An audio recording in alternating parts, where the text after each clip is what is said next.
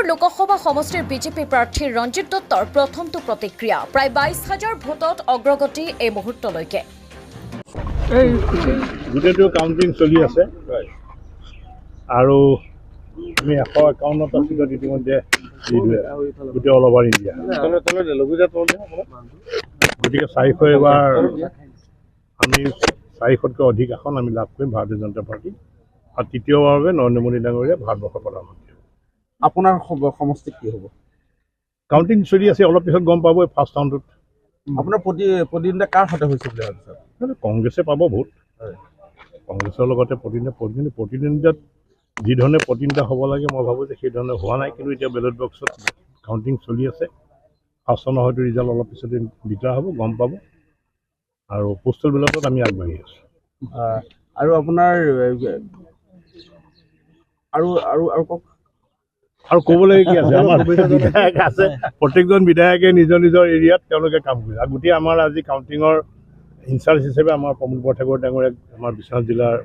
2টা সমষ্টি দিছে ঠিক তেনেকৈ তেজপুৰতো দিয়া হৈছে অচিত সিংহল পদ্ম হাজৰিকা কৃষ্ণ কমল তাঁতী গণেশ লিম্বু পিঠিয়া যাবা গহপুৰত আপোনাৰ উৎপল বৰা ডাঙৰীয়া আছে আৰু বিপুৰীয়াত আছে আপোনাৰ অমীয় ভূঞা ডাঙৰীয়া গতিকে আমাৰ গোটেই বিধায়কসকল দলৰ কাৰ্যকৰ্তাসকলে আপুনি কিমান ভোটত আপুনি জয়যুক্ত মই এতিয়া নকওঁ কিমান ভোটত লিড হ'ব মই নকওঁ কিন্তু ভাল মাৰ্জিন হ'ব বুলি আশা ৰাখিছোঁ বাকীকেইটা কাউণ্টিং চেণ্টাৰলৈ যোৱা হ'ব নেকি যাম ইতিমধ্যে মই গহপুৰৰ খবৰ লৈছোঁ গহপুৰৰ কাউণ্টিং চলি আছে আৰু তেজপুৰতো কাউণ্টিং চলি আছে বিপুৰীয়াতো আৰম্ভ হৈছে অসমত অসমত 12খনটো আমি ধৰিছোঁ 12খনটো আমি এক্সপেক্ট কৰিছোঁ 12খন পাম বুলি মাননীয় মুখ্যমন্ত্ৰী ডাঙৰীয়াই কৈছে যে 12খন আমি লাভ কৰিম গতিকে 12খন আমি পাব লাগে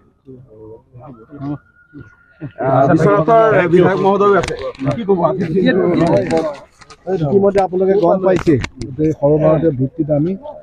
এই মুহূৰ্তলৈকে 151খন চিটত আমি আগবাঢ়ি আছোঁ আৰু বিশ্বনাথত লিড ল'ব মই ভাবোঁ বিশ্বনাথত এইবাৰ 90,000 অধিক ভোট ভাৰতীয় জনতা পাৰ্টীয়ে পাব আৰু ৰঞ্জিত দা 3.5 লাখ ভোটত